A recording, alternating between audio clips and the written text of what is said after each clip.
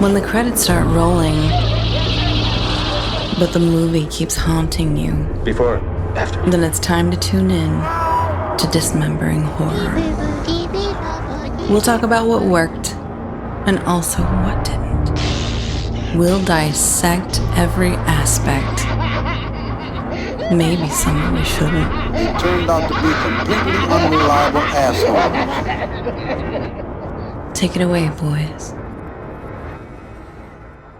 Hello, Tim.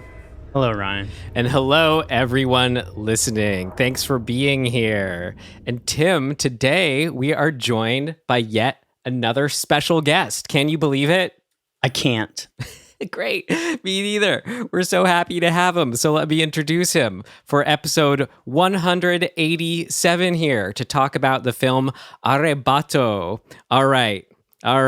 He is a programmer for the film festival here in Los Angeles, Outfest, as well as he served as the manager for the festival's preservation leg, the Outfest UCLA Legacy Project. And I know he's got his something or other degree from UCLA in film archiving and preservation and very much works in that field. Here to talk about the film today, I mentioned Arrebato, which he insisted is the film he wants to talk about on our show, which we'll get into. Here he is, Mr. Brendan Lucas. Hey. Hey. Thanks for having me. Yes, thanks for being here. All right. Did I get that right? Anything else you want to tell us about yourself? No. In resume form? I feel like I'm on Nardwar here, Ryan. You've done a good job. I've worked in film and audio preservation for like over 10 years now. So my other hat was in audio preservation for film and TV at Deluxe Audio for almost over 9 years. So worn multiple hats. I moved on from Outfest, had a lovely 5-year stint with them, but I've learned a lot about queer cinema, a little bit about horror, but I certainly learned about this film that we're going to talk about today through that. So thanks for having me. Great. And to get to know you as a film friend and fan here, what is your relationship to horror, let's say, and how has that percolated in your own interests? That's a really interesting question, Ryan. My relationship to horror is a bit strained and a bit delayed. It's not a genre that I ordinarily seek out, so hold your applause, right? But it's one that I've kind of slowly started to get acquainted with some of the major canonical films. And I don't know if any listeners will end up knowing me, but I'll tell you a bit about myself. I'm a guy, up until COVID, I always tried to watch things in cinemas. And so horror wasn't at the top of my list, but some of like Halloween, I saw for the first time in a theater, which is like a huge, huge deal and a revelation. And that was a film I only saw 2 or 3 years ago, honestly, that made me kind of think, maybe I've got this whole genre wrong. So I guess part of coming on here is to make amends and open myself to a genre that I've kind of maligned mentally, unfairly too. And what made you have second thoughts there?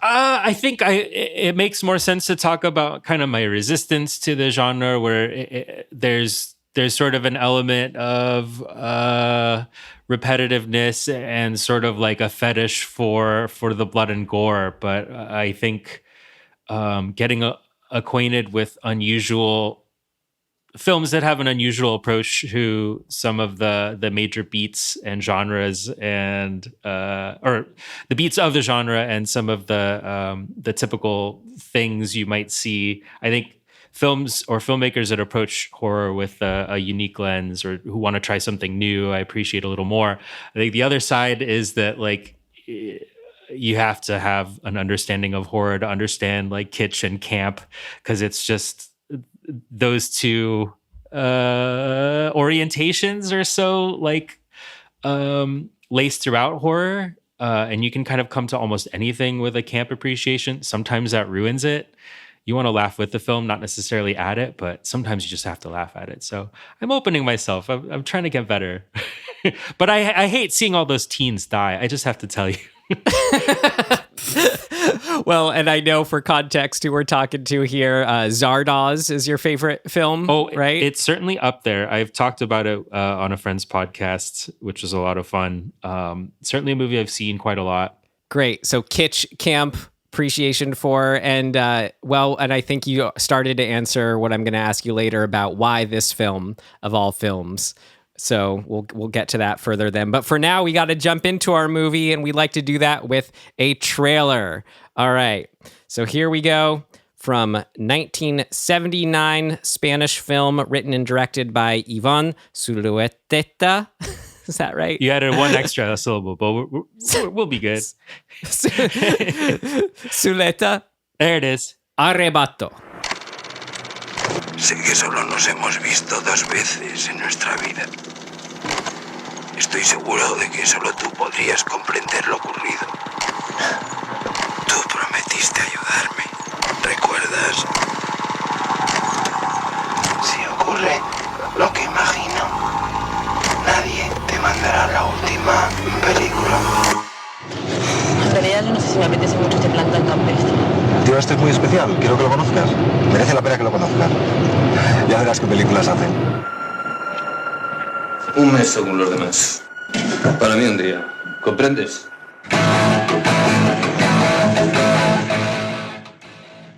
Great. And I should say the title translates to rapture in English. All right. So for Arrebato or rapture, Brendan, per our rating system, would you tell yourself to, if you had never seen this before, just tell yourself to avoid it, stream it, rent it, or buy it? And maybe you can, in your answer there, tell us your broad kind of review for it and why you chose it to be the film to talk about on our show. Of course. And of course, because I recommended this film and I wanted you all to see it. It's a run out. And if I put on my Jim Cramer hat, it's my Mad Money hat. It's a run out and rent it. It's a run out and stream it. And if you find yourself obsessed with this movie, it's a run out and buy it. That's a buy.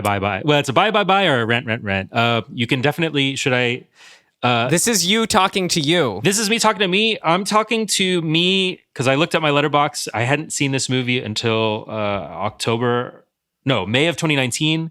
So if I were to go back in time and tell myself, Brendan, in April of 2019, it's a run out and rent. Although I couldn't probably come across this movie because it's getting a renaissance since it's been restored and released to DVD. Nowadays, if I were to, talking to a medium to serious cinephile, I would say go out and buy. And viewers and listeners out there, you're super lucky because this film, you don't have to put a lot of money down at all. All you need to see this movie is a library card if your library participates in Canopy, or if you're a subscriber, as I'm sure many of you are, to the Criterion channel, you can stream this movie currently on Criterion channel. Really, it's not a big financial investment, and the reward is so great. So that was really just a sell on this movie, but why do you love it so much? How about? I had to check some reviews just to be reassured, but combing some of the reviews on Letterboxd and online, there are a few, if any, movies. I mean, this is an extremely unique movie, and I can't wait to hear what you guys think. But this changed my thinking when I first saw it about the nature of cinema and time and what you could do, how much you could do with so little. And especially as pertains to horror, it opened me up to, I think, horror in a way that was approachable for me as a cinephile, as a cinemaniac, maybe, as some of the characters in the film are. And what is it about this movie that makes me tell someone, shake someone, and go stream this movie right now? I think most of the people that I'm going to talk to movies about care about movies, whether it's in my work, waking life, or after hours. It's just so unusual. And I think as we get into talking about the movie, we'll kind of tease out why. But it's kind of horror without being horror.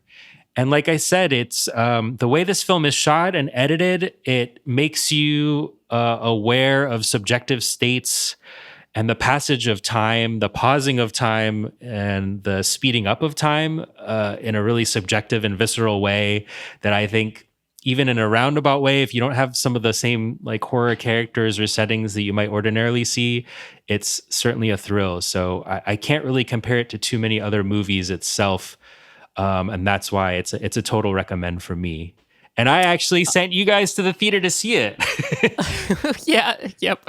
And so buy it from you. That's what it sounded like you. It's a rent. Landed It's a rent to buy. If space is at a premium, I can totally understand. Do you want me to go into my DVD spiel on this in this title, or should I hold it? I don't know. I'm just trying to get a straight answer from you that we can put down. I feel like I'm being pretty straight, but I will say a full disclosure. Arrebato was released in a beautiful Blu-ray edition by a wonderful distributor here in Los Angeles. Altered Innocence is run by Frank Jaffe, and so he specializes in queer coming-of-age movies that usually have kind of like an experimental, artistic, or off-kilter kind of queer artistic vibe, and this film so wonderfully sits in that. But the reason why I recommend it to buy is because Altered Innocence partnered with Vinegar Syndrome. They put out incredible limited release DVDs and Blu-rays. The title itself doesn't have too many goodies or extras because this has been a buried title for so long, but you're going to get a beautiful transfer as well as a making of featurette that was made in 1998. So I'm actually thinking about buying the Blu-ray because I want it with the subtitles. The making of that came out in 1998 is kind of a look back. And it lives on Vimeo if you want to search it out, but I highly recommend really supporting any title that comes through Vinegar Syndrome if it's getting a release, and especially the Altered Innocence or their sides restoration and archival label Anus Films. They have a great logo that riffs on the Janus Films release logo, and it's like a big buttocks. You can bleep that if you want to, but Frank and his collaborators do a wonderful job, as well as Vinegar Syndrome. So they've put together a beautiful package and kind of made a film from 1979 feel still really raw and really relevant, and made it look as beautiful as possible. So I would say it's a buy from me, guys. What do you think? What do you think, Tim? How good of a sell is that for you? I mean, that's cool. It's all cool. I had a really weird time watching the movie, and so I almost feel like I have to watch it again to have like a good opinion of it, or any opinion of it. There are aspects of it that I really like for sure right off the bat, and there are aspects that I was just sort of like spinning on. So I would say right now I'm a rent. Not a rent to buy. Brendan put it. I think that's a safe bet. What do you have to lose if you're one view on your Canopy account? You're down to 8 views for the month. That's really not big of an investment. No. So I'm currently sit at a rent, but with these real interesting films, I never know if they're gonna grow on me more or not. But I had quite the time seeing it in theaters too, Tim. And definitely enough to rent it again for sure. But all the special features you mentioned, Brendan, are definitely enticing. And I also I appreciate your message about supporting those sorts of labels for sure. Yeah, I mean, it was just a kind of one of those am I dreaming? Is this a nightmare or not right now experiences going to the movies, which I mean, always worth the rental for sure. So that puts it up there for me. But yeah, more specifics than that, I feel like I got to save for the bulk of the episode here. So to sort of get us all on the same page, Brendan, further, how would you summarize this film, the events of this film? Good luck. As concisely as possible, and just kind of we hope people have seen it, but this is to get on the same page for those of us who have, and for those who haven't, catch them up to speed a little bit. What was this film, Brendan? one word, Ryan, to quote Marta in the trailer and the film, hallucine. It's hallucinatory cinema. It's and like you said, it's not quite a dream and not quite waking. And I think whether or not it's horror is something that we're going to dive into. But I would say this movie is an attempt to capture subjective experience in film. That's pretty succinct, and we can expand on that. But this movie is so much about subjective states, specifically whether or not the cinema itself is a subjectivity without a body and outside of human beings. Yes. Wow. And how about the actual events of the film? What takes place beginning to end? Well, that's a little trickier. More or less. That's a little trickier. This movie takes place contemporaneously when it was shot about, the late 1970s in post-Franco Spain. You got a filmmaker, kind of a schlock filmmaker, by the name of Jose. He's working on like his second movie. It's kind of like a Z-grade Curse of the Werewolf Man kind of movie. He's working in Madrid, which was a really happening place in the late 70s, early 80s. After years of the Franquist dictatorship, the longest surviving fascist dictatorship that was very censorious and a brutally violent and repressive place, ultimately the one that was very stagnant. So we're here in the late 70s in Madrid. Franco's dead, and this guy's making this schlock movie. So you kind of see him going about his work as this C-grade filmmaker, arguing with his editor about what's going to work, what doesn't work. And he decides to go to visit this country villa. I think they say it's outside of, oh gosh, it's an S name. I can't remember if he's from Segovia or Seville. Anyway, he's going to a country villa to consider it as a location for this next horror movie that he's working on. And his friend Marta says, yeah, there's this country house. It'll be great. And also you have to meet my cousin. He's this really wacky guy, this 27-year-old dude named Pedro, who lives on his own and makes these movies that she describes as hallucinema.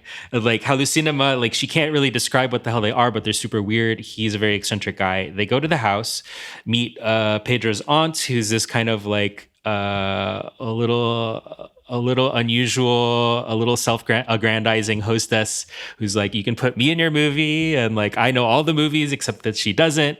And then they meet Pedro, who's kind of like hulking in a corner, this kind of scraggly looking, gaunt, thin 27-year-old dude wearing a trench coat, if that gives you an idea. And he's sitting in the corner, and as they sit down to watch this old movie on TV, all of a sudden he has this weird baby doll device that fast forwards our protagonist's experience of the movie, and like the whole evening flashes before his eyes.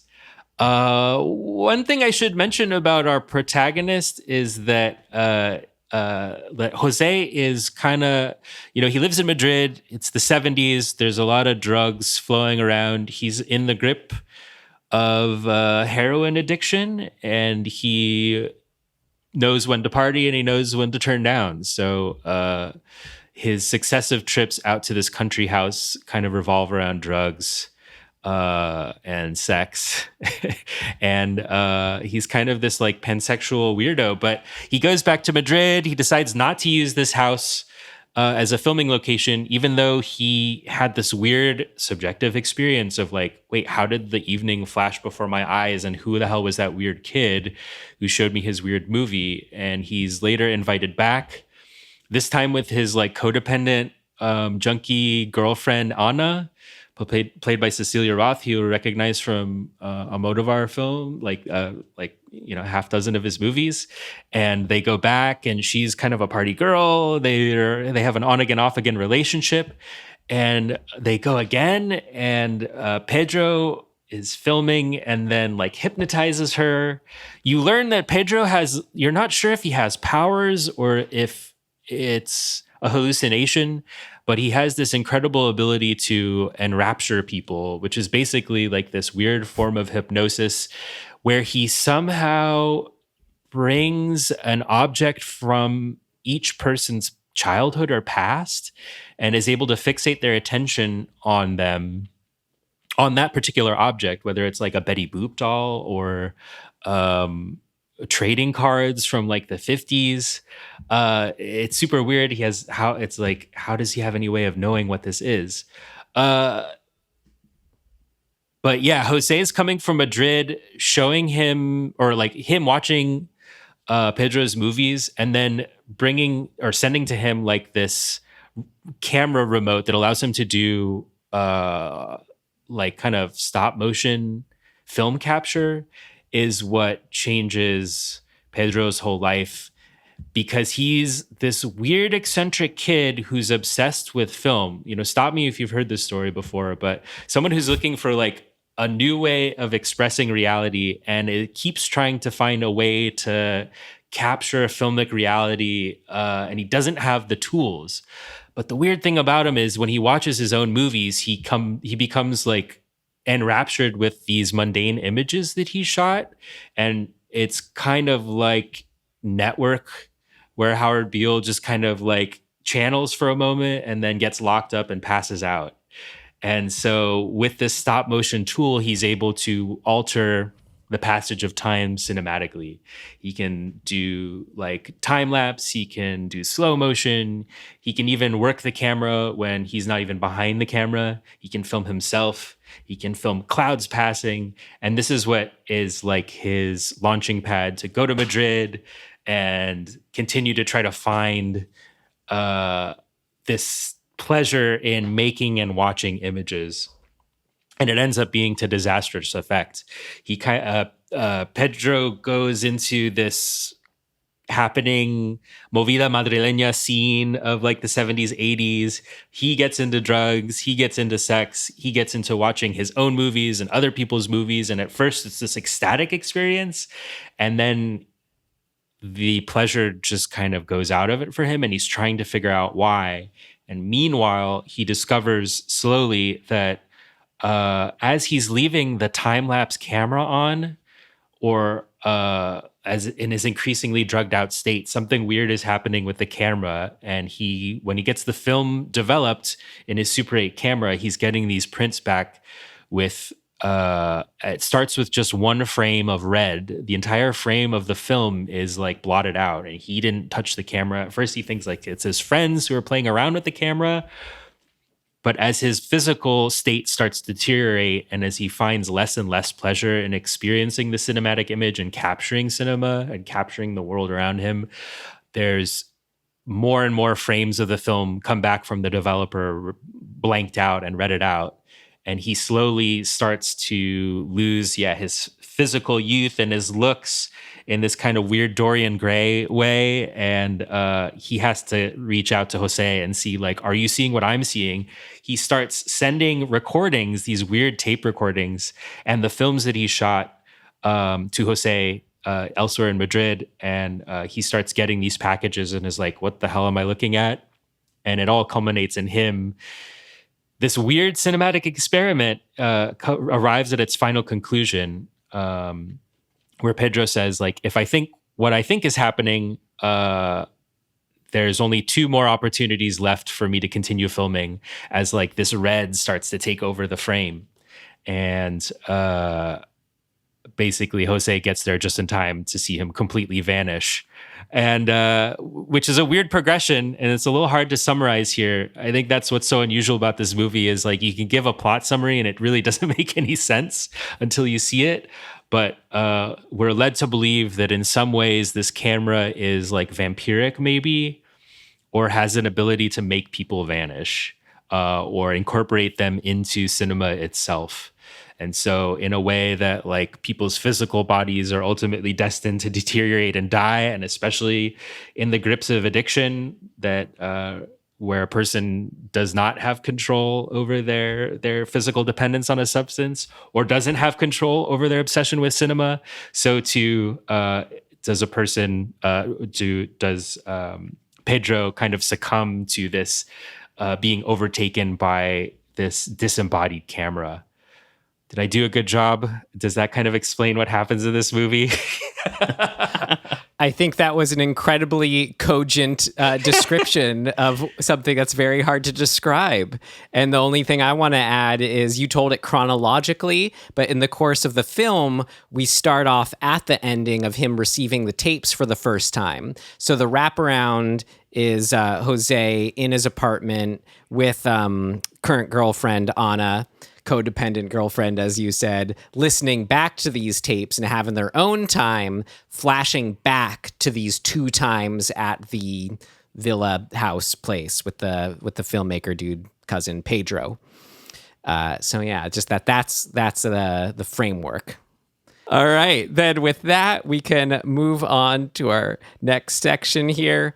What worked? What worked? What worked for you? What worked for you? What worked for you? It worked like a charm, Smith. What worked? What worked for you?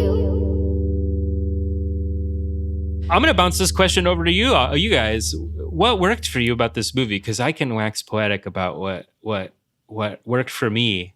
But what worked for you guys? What do you think? I don't know. For me, this worked fully as what I want from a horror movie, which is just to feel like weirded out is an adjective that I take when wanting a horror movie. But also in that sense of feeling in touch with your own mortality and addictions and all that jazz and what is real. I mean, that's Tim knows from all the episodes we've done, that's something that is always exciting and comes up in a lot of movies is what is real, what is not real, and how does the film in its filmmaking, its narrative, yada, yada, exemplify that idea or theme in all sorts of fun and creative ways, which this did through and through. So, I mean, yeah, just as far as what worked, definitely, it creeping me out and just feeling like it's putting you in touch with a state that is beyond our understanding. You know what I mean? Like it's really, God, it's really close to like just a weird drug trip or something like that, which I'm glad they do in the movie. Like any of those weird times they're having, they do the cocaine and they do heroin, but there's definitely the LSD mention and suggestion too. And like when they're with each other on the bed, kind of crawling over each other. All very LSD, but yeah, that the film captured that kind of like, oh God, where are we now in time and space feeling, disconcerting feeling. I mean, yeah, great stuff but in a horror movie sense for sure for me. Yeah, I think the overall weirdness is probably like to me one of the bigger strengths in that. I don't know. There's something really interesting about just like not knowing whether or not this is the actors just kind of playing and like being in a scene and just going with impulsive, like weird, interaction, like whatever you would call that. They're just kind of doing stuff, or if it was really specifically directed to be that way. Either way, I find it really interesting. I mean, all this stuff with like the different tactile things that he has, like the silly putty at one point and the slime at another point, and there's these behavioral things that I find really fascinating. But I think more so than just that, I don't know how you describe, especially if you haven't seen it, the use of time and like flashback and narrative. Like it's very strangely like the movie feels like it follows a path, but you're often hearing narration of a memory and seeing that through somebody else's point of view, which is really wild to think about, right? Like in sitting down and constructing this movie, like the idea that you could actually like do that and make it work is insane to me.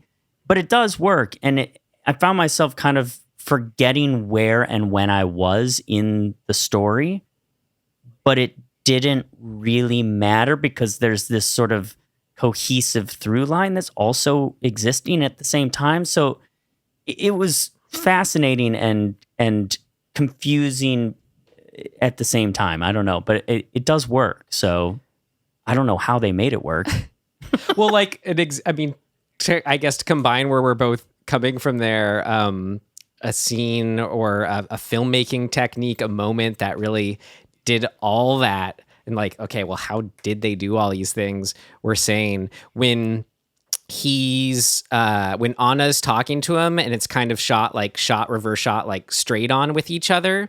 And we're hearing the playback of the tape, which is acting in the film sense as narration, really. But for them, it's a sort of, it's a past tense thing, listening to this thing that happened before. So to simultaneously have the girlfriend talking in the present as at him, as the same time as in what in film language is narration, but in the context there is the past. That just does exactly like, yeah, what we're saying, like instills this trippy time effect. But also you're like flashing, all of that's happening, and then we'll like enter into the flashback of the recording / narration, but it's from the perspective of Jose, not Pedro. So all of that is like really twisted for me. Like I think it's fairly incredible to like conceive of even doing something that kind of weirdly, it's like mirroring itself in infinity. It's very strange, but wild and cool. It's interesting if you think about it because, like, I almost want to say it's like an epistolary narrative, you know, the idea of like a story told in letters back and forth. But it's not really the case because you only have Pedro recording his stream of consciousness detective work of both his experience of feeling enraptured by cinema and then his descent into hell. So it's not a back and forth thing. And yeah, as you said, like Jose is experiencing his individual narrative going forward as he's being taken back into time by these like audio recordings. And so I've seen this movie at least three times. I'm going to say this is an official third watch. And I think what is so incredible and what works about this movie is an interlacing or a weaving of auditory narrative and picture. And I think that's what works and what this film specifically does that I've seen very few of any other movies do before. And that's why I'm so effusive of it. It's like, we all agree that like we've experienced this weird thing, whether or not it like worked or didn't work, but I think technically that is what makes it work. We know we've experienced a strange passage of time, and the way it's effectively done is through like montage and sound editing, which sounds really basic to say, but it's true. Yeah, I'm still thinking of ways it's doing all that kind of structurally or plotting wise also, because like you put over this movie something that I'm always mentioning also, like Tim, when I mentioned the horror movies, how they're unique among a lot of genres, where rather than this sort of they escalate in like a clear line, right? You know, till you have that example I always use. You have greatest ending ever, the Texas Chainsaw Massacre chainsaw dance, you know, that cut to black, right? It's just after this pure escalation. But this movie, it's so fascinating how it's doing that because, like you said, Brendan, it's a descent into hell for sure. And we have like a clear, okay, time is progressing that we can observe, whether it's with the visits, the wraparound story, if you want to call it that, but then also the red that's filling up the frames growing and growing. But it still is doing, but what's interesting is it's like still So like that's all it puts you on that trajectory. But it's like I'm trying to figure out, but it's like the locations play a big part in giving where you still have this trapped feeling. So it gives us this effect where it's simultaneously feels like you feel the dread increasing, but you also feel like you're going nowhere at all, which is that like feeling you described, Tim, where it's like, where are we right now in this movie, even though we have these trajectories? A formal element of this that works for me is the music. Because when we're talking about like, there's so many rapid shifts in what we talk about subjective state, both for the viewer and for the characters in the film. And kind of what that turnaround is like, say, Jose goes out to the country and introduces this reclusive 20-something-year-old filmmaker who's isolated, may not have had many relationships with people and is obsessed with movies, and introduces him to heroin or introduces him to cocaine, which like changes his state and turns him into this kind of like nutty professor, like suave guy, which is such a weird transformation of going from this kind of freaky character in a trench coat to like this slick-backed hair kind of guy. And the character is like, well, now I can think. Like, so much of the film is about rhythms and like kind of frequencies of states of mind. And that's abetted by these wacky and incredible music choices. So if you hear, if I say something like, oh, there's kind of this weird merry-go-round circus theme that happens when they're on drugs, it's like, well, that sounds kind of cliche. But it's actually, it works to incredible effect because you witness their slowing down and the change or being hypnotized or their change in consciousness.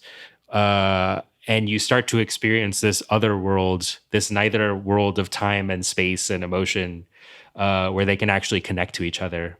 And that's kind of one of the horrors of this movie is like, oh, it's kind of on this altered state of reality that they can actually talk about what it is that they're really feeling. Well, think it's like in that meta within the world of the film way where, I mean, I just love this as a character too. Like this is so unique. I'd never seen this in any movie ever, where you have someone who's obsessed with rhythm, right? He's like, what's that line he has where he says he gets all excited about going on a trip saying, I'll discover thousands of secret rhythms. Like, okay, what does that look like? And then he gets so excited after he gets the time, what is that called? The being able to record, frames at specific intervals. That's all he's been wanting. He gets so excited about that. But yeah, no, as far as in that meta way where it's someone who's obsessed with wanting some kind of like reassuring, constant rhythm that just gives you some kind of like, yes, this is a definitive, reliable source, right? That's what like rhythm represents. So to have that put up against this backdrop where what the hell is real, what's going on, and I don't know if this is quite music, maybe this is ventures more to sound effects, but you have a couple times, like when you mentioned when he's watching the TV and the TV speeds up. While that's happening, we get this like synthesizer blooping like tech. I don't know. There's a specific sound or a way to describe it, but like early synthesizer like clicking or solid tone sound that starts slow, almost sounds like it's that kind of reassuring rhythm that he's seeking, but then as the TV speeds up, it goes faster and higher pitched, goes out of control, crazy, just like he does.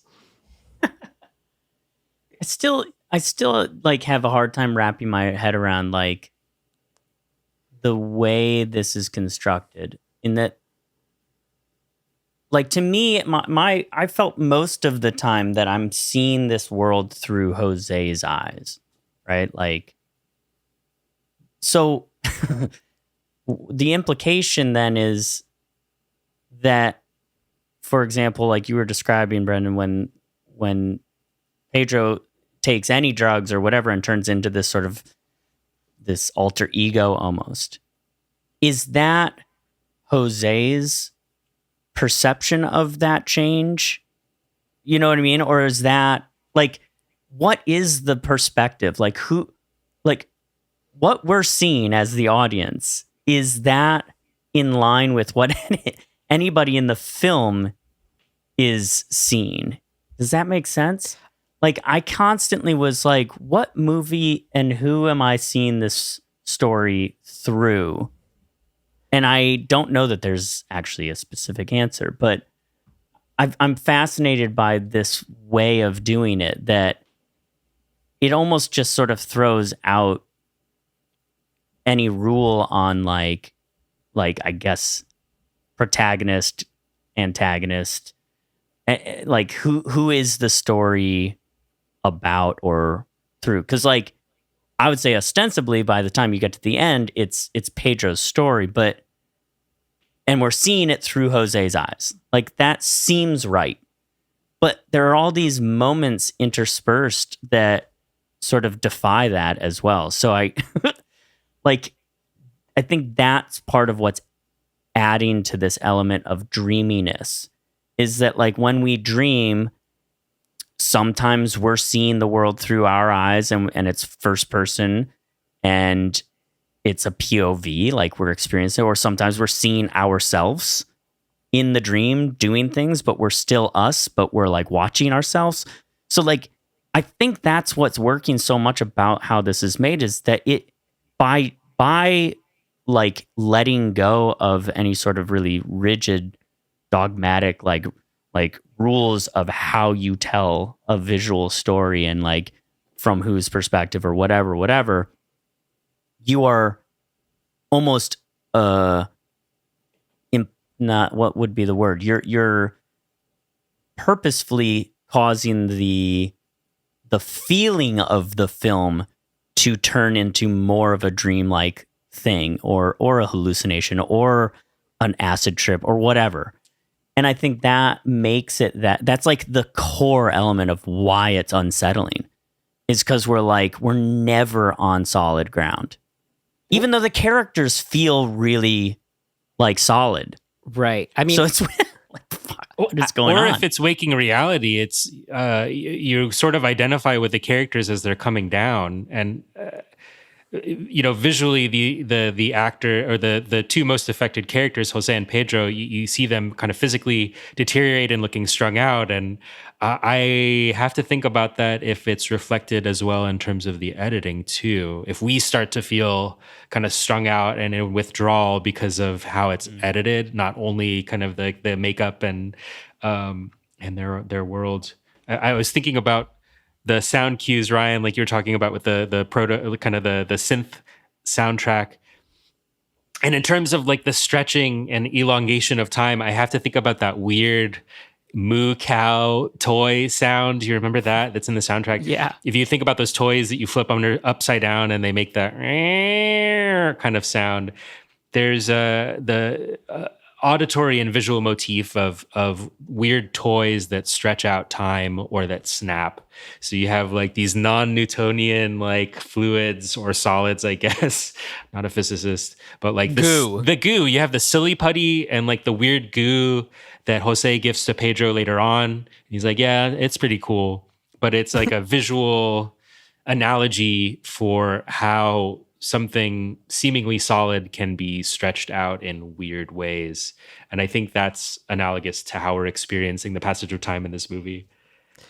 Yeah, which it's so cool about. Just like, I mean, yeah, I was thinking the goo, it's got to connect somehow. But like for a movie where it's so easy just to be like, well, what the hell was that? It's so weird or crazy. It's like so consistent and thorough with all these little elements that connect to these idea of theme and the theme of space and time.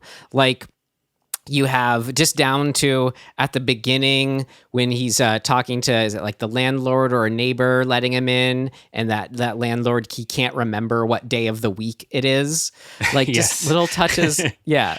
Little touches like that. I mean, the framing device itself, it's where it's just this one, except for when at the way end, when he shows up, when Jose goes to Pedro's apartment and, meets his demise, if that's the right word for it. It's all over the course of this one night. So just the fact that it's like all one night, yet we're flashing back to all these different times. I mean, that's the mind trip.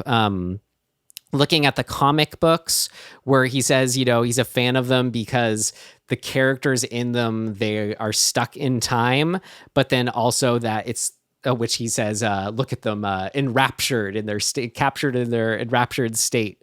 But that he also likes that they're from a different time period. So like both stuck in time and from a different time. Well, and that specifically is what happens in the end, right? Like he and Jose, I mean, first Jose sees him in that state on the film, right? Mhm. Like a single frame of him at first. I mean, it is a single frame, right? He's stopped the film at the one frame where Pedro is there, but it's so trippy because he's existing in the frame. And I mean, like, he's moving, but it's a single frame.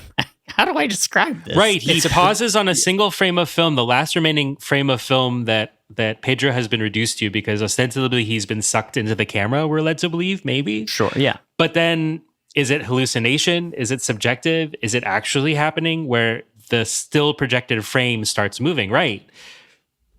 And Jose then also, like, his image overlays with Pedro's image in that frame and sort of bleeds back and forth between it before the sort of final moment of the film, which I don't know. I like, I kind of walked away going like, I'm not smart enough for this.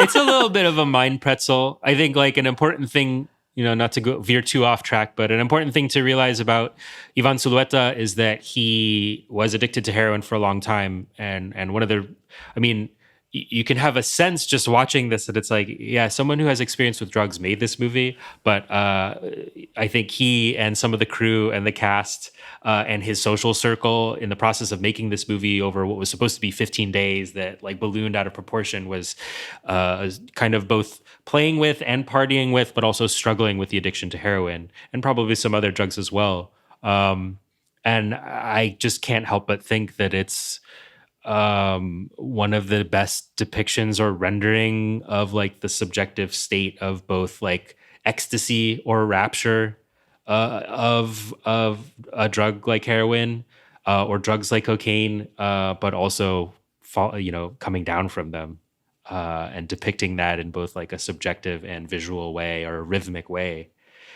Yeah, because there is I mean, I felt like there was a almost cautionary aspect to it. Like we're seeing these people go through a bunch of ups and downs within that experience of drug use and like it's not pretty, like it's not glamorized, right? Like at no point am I thinking, hell yeah, this looks like a good time. You know, they seem like they're having a good time, but I'm watching them going, I don't think so. Like, I don't think this is going to end well. And so maybe I'm just anticipating it. But like, nonetheless, it feels cautionary to me. Like, it feels like there's a lesson to be taken away here that maybe, you know, like, don't get too down the rabbit hole. Well, it feels cautionary because the ending does feel like a horror movie ending in a way. He disappears. They get trapped in the film world or dimension. And even saying that, we don't know where one starts and where the other ends. Like when you said you feel like you're smart enough for the movie, do you just mean like there was no clear answer to you or? No. I mean, I guess I mean, there's so much going on that is, well, that's potentially metaphorical, that to like peel back that to peel back the metaphor that is an onion, not a metaphorical onion. You know, I love it. Does that make sense? Like I'm not prepared for that. Okay. You know what I mean? Like I could try, but like it's so layered that I'm like, where to begin. Right. Well, just as far as that ending, though, specifically, I mean, that's for, just to stay on it for a sec. I mean, it worked so well for me in the horror movie sense, because that just encapsulated what I was describing, just that end point pinnacle of like, well, what the hell just happened? But it's a scary thing, the idea of you're getting taken away from the reality you presumably want to be rooted in to forever trapped somewhere else that's beyond or in or out or extra in space and time. We don't know, no words for it. So, okay, so that's why I wanted to clarify. It wasn't specifically like the ending, which I think works because there's no clear because the point is what just happened exactly, and it's some horror of we don't know and can't know exactly what just happened, and it captured that, and it did enough too, just in the okay, audience, we're showing you the clear thing of the camera is moving by itself. It gives it that like that malevolent force or omnipotent force feel to it too. That's just it's creepy. It was great. But I hear so. One of the things that I think is so effective about how this is all constructed is like I've been around somebody who is tripping like hard on meth, and watching them interact with my reality, because we're not experiencing the same reality, is the feeling that I had when the camera started moving on its own, where it's like I've watched a dude literally tell me that there's a guy in the corner and he's like, right there, he's right there. And I'm like, there's nobody there, right? I'm pretty sober and I know that there's nobody there, and you are flipping out. And so I think you could argue that like in that moment, we, the audience, are not seeing reality. We're seeing Pedro's reality or Jose's reality. And that reality is under this influence of whatever's going on in their brain, whether it be drug or just like the disintegration of their reality. And so like to me, all of those things it being kind of layered upon each other in the film leave you with this, like, you could just say it's all allegorical. Like this is all just a sort of a tale to say like, hey man, drugs are really crazy and like maybe watch out. But also maybe the camera was moving for real and sucking him into it. So like if both of those existing is what I think makes this type of film so fascinating, is that like you could just be like, it's literal, it's metaphorical, it's allegorical, it's whatever. And I think that's really cool. And then just one extra point on if you take it metaphorically, the idea of it being a camera and the idea of the observer changing changing the reality of the room, I guess, for lack of a better way of putting it, is super fascinating to me, because like partially this is tangential, but I'll make it short. I think I mentioned it before. There's such a thing as this double slit experiment, which basically the easiest way to put it is you put two slits in a piece of cardboard and you shoot photons through it. They'll behave a certain way as long as there is an observer. And that observer can be a person in the room or it could be a camera. It doesn't matter, but they behave a certain way when there's an observer, and they behave a different way when there's no observer. And that's just a thing that we kind of don't understand in like physics. And to have this movie kind of like, probably not intentional. I don't know when that experiment was made or whatever, if it was known to the filmmaker, but I think it's touching on kind of the same thing, that there's this like, when you start talking about capturing reality on a device where you are no longer the only observer, right? You're observing through a medium. That medium itself becomes a part of the observation. Right.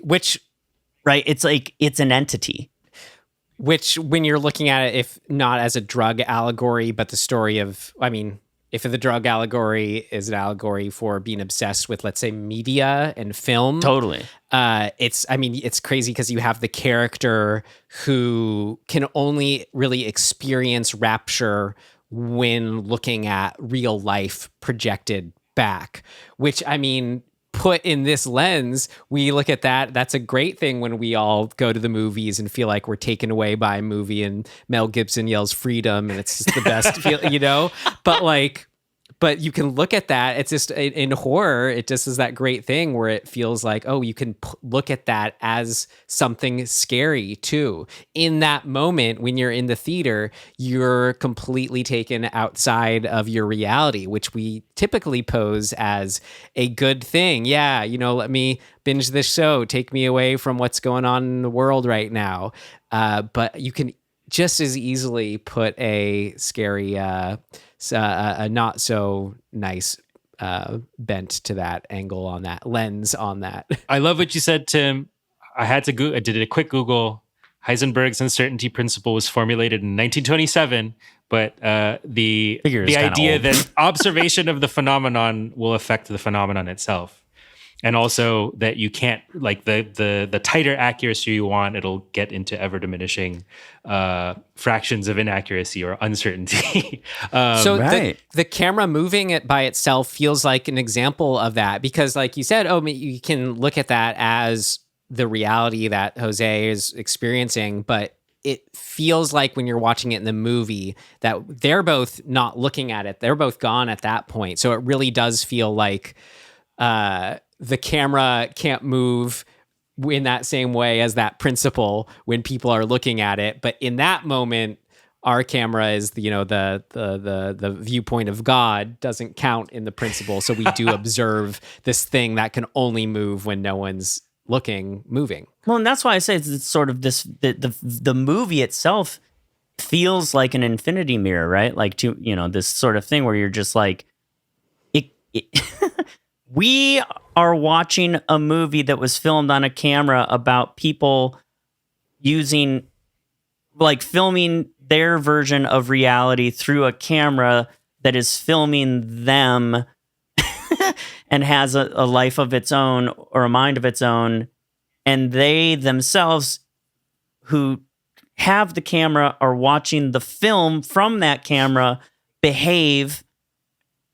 But like, we're seeing that. I mean, it's like never ending. It just feels like it's insanity, but like the kind of the coolest type of insanity.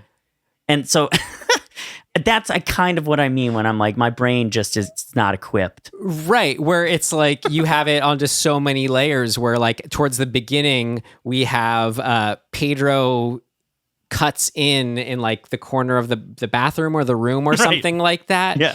But that technique, it like clearly registers in our brain as like you're watching a film and frames are being cut in and out.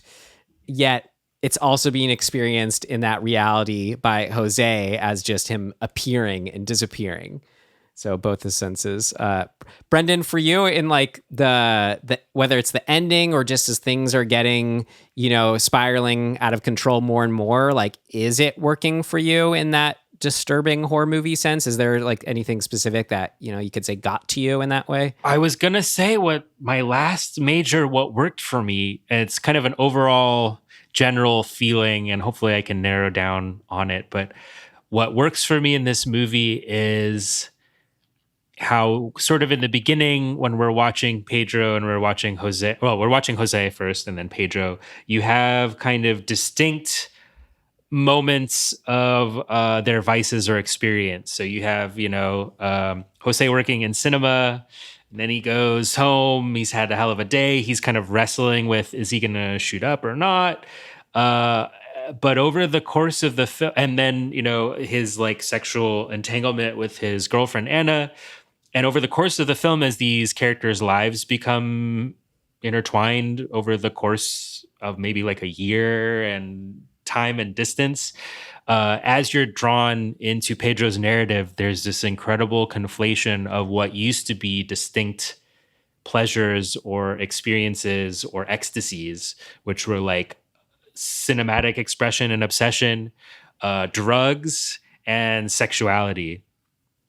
And what this movie does that I haven't really seen any others do quite like it is subtly conflate those different and distinct kind of sensations or pleasures to the point where sexuality, cinephilia, and drug like euphoria are all kind of intertwined and mixed in this weird combined sense where time and space have kind of like been contracted and expanded over time. I was kind of thinking about it. Maybe if you've talked about like any of the Hellraiser movies, but like I guess Cenobites, these beings, interdimensional beings who are constantly condemned to consistently seek out ever greater pleasures, and how kind of pain and pleasure become conflated or confused or inverted. It seems almost like what this movie is trying to grasp towards is like the pursuit of ever greater ecstasy, which, while maybe not as like heroin users you might not relate to, but as cinephiles you could probably relate to. It's like, do you have just kind of like a baseline need to be excited, or what is it about someone that seeks out ever greater and ever more specific cinematic experiences and then continue to dissect them too? Now, I don't know if drug addicts are, but I was also thinking about Arrowid, because some of this, like some of the experience of Pedro and Jose talking back and forth about like what they can do with cinema was kind of like an Arrowid board where they're like, I had this extreme experience and I want to take it further. And did you guys see the little, self-replicating machine elves when you did this particular experimental hallucinogen? And I'm going to track it down. Yep, saw the machine elves again. Or no, I didn't. I don't know what you're talking about at all. So that's something that really worked for me. I don't know. So did that culminate for you in any kind of actual disturbed you horror sequence moment? Well, this is where we start to get into what didn't work. But in terms of what was disturbing, that worked for me, I mean, I guess the culmination of the film is like a weird memento mori, like, for us cinephiles, like ultimately it has to end. The end credits have to come up at some point if we're lucky enough to experience them. So I guess what's terrifying with this movie is that people are literally sucked into cinema. But I guess one is confronted with the existential problem of like, you've spent a life seeking out unusual experiences through film or video or any kind of media, and sort of what does it amount to in the end? It's not necessarily explicit in the movie, but it's something that I was confronted with while watching it like a third time. No, I mean, that's all I've been thinking about for, this mostly for this discussion here. Exactly. I find it really interesting that you bring up Hellraiser, though, because part of the thing that I think is really working in this film too, that like is harder for me to relate to as a cis dude, like the queerness sort of aspect of it that does exist in Clive Barker's stuff. I mean, there's actually now I'm like, oh shit, there's this weird similarity between this and Clive Barker's filmmaking that I think maybe based in this experience of queerness, of like identity and like losing a sense of that, or having to go through different experiences in life to either lose it to find it or find it to lose it.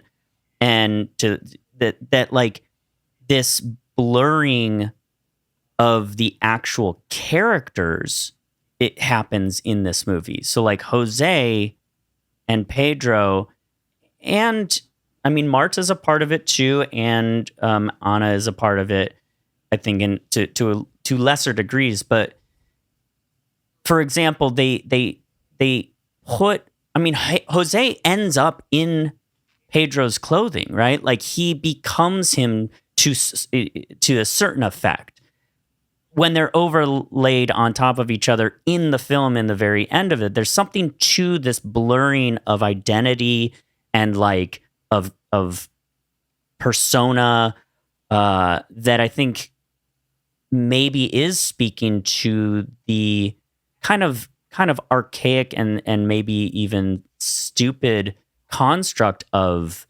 like gender identity or or sexual identity, that in a way there's more of just a sort of like, yo, like these are all constructs, man. Like we don't need to go down that pathway too hard. And like that maybe be coming from more of a queer perspective, that's part of the story. I might be reaching. I'm not sure because that's not my personal story, so it's hard for me to know. But like, I feel like I'm getting that sense from it potentially, and I think that's really cool because it is speaking about sort of this broader thing of like, who are we anyway? And that I can relate to. Like that's throughout the film. And so, who are we, and how do we express who we are artistically? Feel like the things that kind of continuously are happening throughout the film for everybody. And I think it's really interesting too that like Marta being kind of the most of the four of them, the least involved character, she's also a part of it. She gets sucked into the camera and she's not really like involved. So like nobody's safe, which I think is really cool. I was trying to figure that out because it happens towards the end of the movie where they're nearing the last frames that won't turn red, right? And yeah, Marta gets sucked into the camera, and Pedro thinks it's the camera's revenge for what Gloria did, and Gloria was like the kind of weird Madrid friend hanger-on of Pedro's, who's voiced by Pedro Almodovar. Really funnily, like there's on-screen dubbing, so she's kind of this weird like party girl. But I couldn't remember what it was that she did to the camera. Was it because she like kind of stopped paying attention? Like she was supposed to like watch vigil over Pedro while he slept and make sure that nothing happened to him. Like did this really happen? Yeah, she got bored. Yeah, she's like, so she didn't. It's like she didn't take it seriously enough, and so she like has to pay a price for that. Which let's just say, like that idea by itself is actually really poignant, because if somebody comes to you and say, "Hey, I'm having like a serious crisis right now. Please, like watch over me in this. Like this, I just need you to do this one thing for me. Just take this one thing seriously." And they just take this one thing seriously, and they don't. That's, I mean, talk about anybody going through any life experience, and you recruit somebody important to you to try and actually like support you in that moment, and they get bored. Fuck off. Like then, like they're not a friend. They're not cool. Like that's such an interesting perspective to have, to say, like let's. She's like this. She's sort of a sacrificial lamb in this to sort of prove that point. Well, I mean, that's just a drug addiction metaphor right there too. If you're saying like with that, you're in the room with someone who is having that unfortunate time, that difficult time. But when you're not the one experiencing it, it's easy just to be like, oh, they're just high. It's not real. Like, right. whatever. Just in the way that, oh, how could this weird video film experiment he's doing actually be serious? It's fine. Whatever. It can't be that serious. Well, and then, or just take it on an artistic level. People just like being dismissive of people's art. Right? That happens a lot. Absolutely. I just wanted to get out more ways where, it connects to, or just examples within the film, connects to that idea of, being trapped by film in certain ways, as well as just messing with ideas of time. The fact that Pedro, and they say it, he still acts like a child. That idea of Arrested Development being, stuck in a time in your life, but then also not at the same time. He is older, and how that's messy because we hear equally advice, in life. Oh, access the kid in you, approach it from a place of childlike wonder. Yet we also hear, no, you got to grow up and act like this, take like seriously, like both are true, which these run-ins with seemingly opposing truths is what is always unveiled in our horror themes and discussions here. The recordings themselves just sound like the recordings of a madman detective, where it's like when we're watching it and experiencing it, this doesn't have to do with time so much, but more just the overall experience when watching it. They just feel like the ravings of a madman, but also at the same time, it feels like this is all real, but it's just the kind of thing where it's like, because the raving madman doesn't know which details are important, they are all important. Combined that with the tone that it sounds like on the actual recorder, it just is like piercing you the whole movie. It's just in the way that just and then that quote at the beginning too. I just, again, when I said earlier, there's, for something that's so out there, it's really consistent in all these themes and ideas. But at the beginning of the movie, when he's working with the editor on the film, as Jose's leaving, he goes, kind of quips, "Well, it isn't me who loves cinema, it's cinema that loves me." Which, I mean, it ends with him getting trapped in cinema. So like, could be more perfect in that sense. Yeah. I was thinking about one of the great conundrums that this film raises. That's something that I experienced as someone who watches a fair number of movies, but not as many as some other people. But like, what does it mean to say that you watched a movie? Like, what fleeting memories, while you're experiencing it, all seems so present, but your unconscious memory latches onto certain things and will forget others. And thinking about that conflated with like drug experiences or any kind of like heightened experience where it's like you really want to remember something, you're experiencing this like this high or whatever, or something that's out of the ordinary, but then when you come back to a normal waking state, it's like, can you even relate this to someone else? It's like, I had a professor once say it's the 3Ds that no one wants to hear about, are dreams, diets, and drug experiences. Like if you try to relate that to someone else, no one knows what the hell you're talking about, and it's kind of boring. But it was so visceral and real to you in the moment. And what this film sort of investigates for me that also works is how we interact with movies in our waking life or any kind of experience, but especially the movies. I think that's what's so central to this. Whether it's through those trading cigar cards, which I think are a big part of how like golden age of Hollywood was experienced in Spain. And it's something that I hope I can come back later, because there's an interesting intertextual kind of reference that is my pet theory about this movie and the work of Pedro Almodovar. But experiencing a movie, it's like, well, how do you advertise something that no one's ever seen? It's like, well, you have these tangible objects that are tradable, that kind of tell the story of the movie, or that tell you about the stars who are in the movie, or interesting scenes, but you haven't seen the movie. And it's kind of the same, like what Pedro uses to kind of enrapture or hypnotize Jose and Ana are like things from their past, whether it's that Betty Boop doll. And she's like, how is it possible it's the exact Betty Boop doll? It's like, well, did he plumb your memory? Is it a weird coincidence? Or, what exactly happened? But the way that he manipulates childhood memory or recalls childhood memory in order to enrapture people is super fascinating. It's like he's seeking out other sensitives. I couldn't help but think about like The Shining, but The Shining in reverse. It's like he's super, he's super sensitive to these experiences and trying to see who else can shine. But rather than it being a shining, I think it was Resplandor in the Spanish translation, it's like they're enraptured. He's like looking for other people who similarly get arrebatado.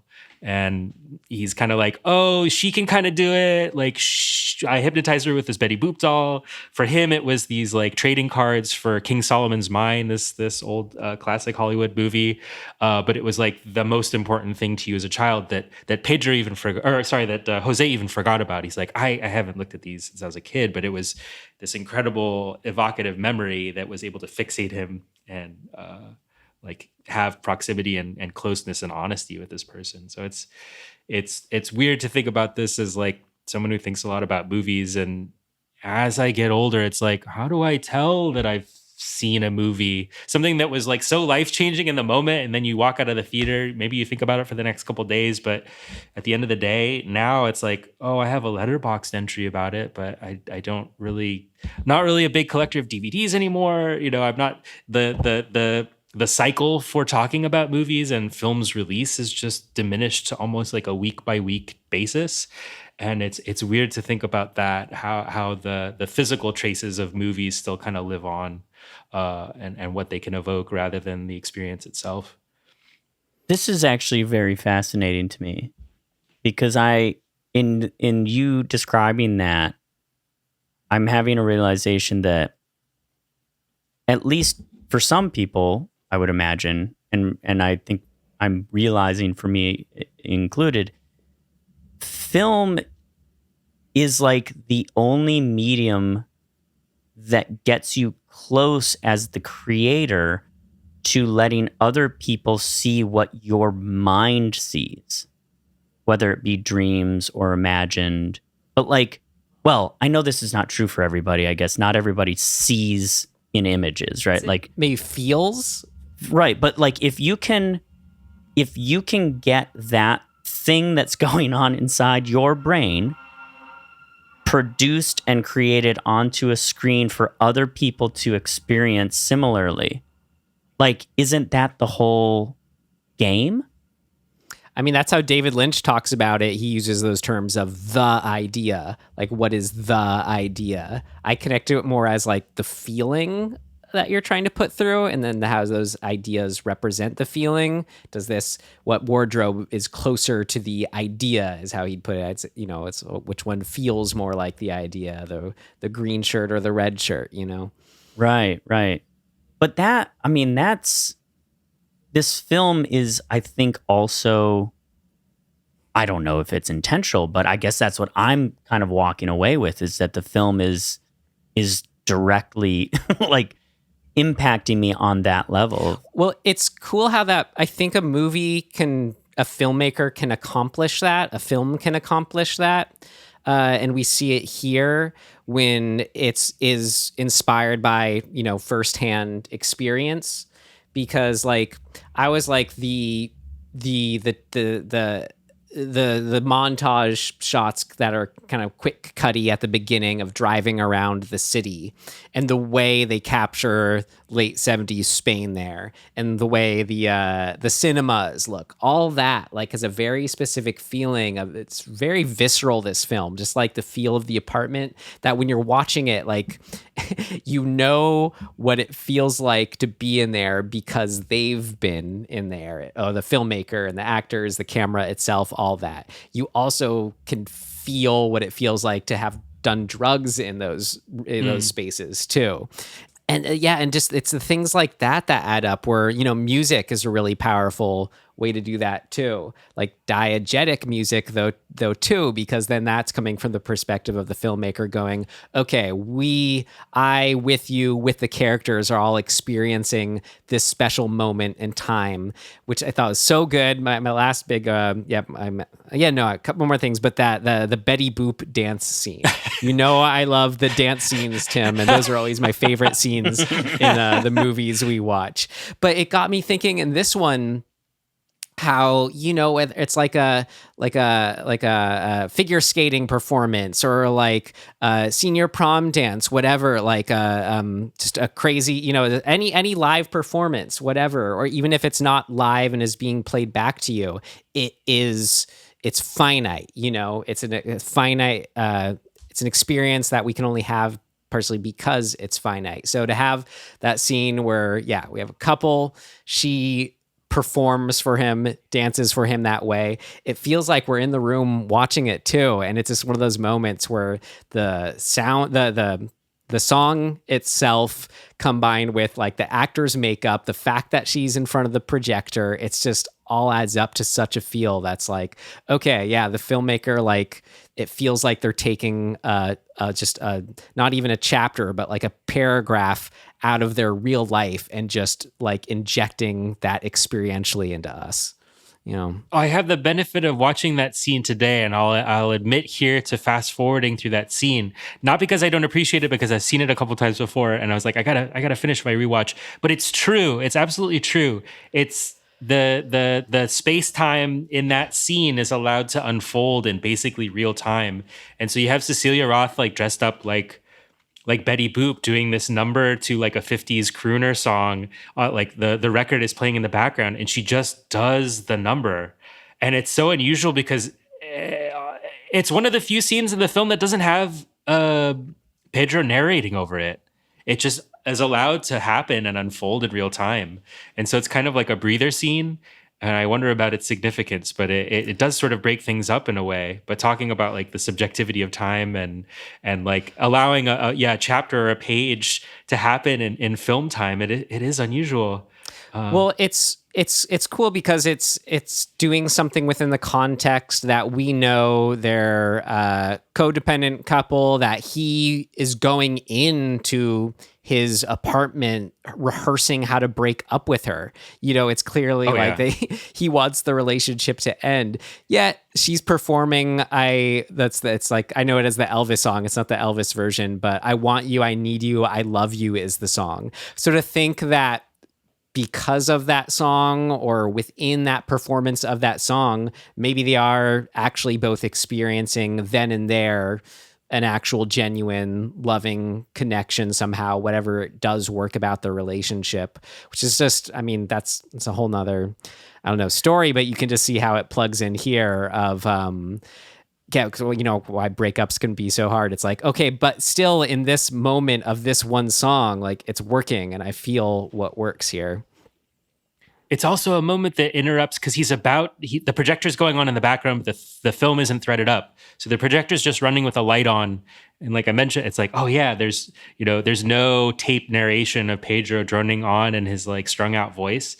And so you just kind of get Anna like doing a dance that's like a shared moment that's not elongated or it's elongated in the sense that it's just allowed to happen, but I guess narratively it gives those two characters like, oh, there is kind of connection, and this crazy guy that keeps intruding in their life isn't allowed to interrupt it.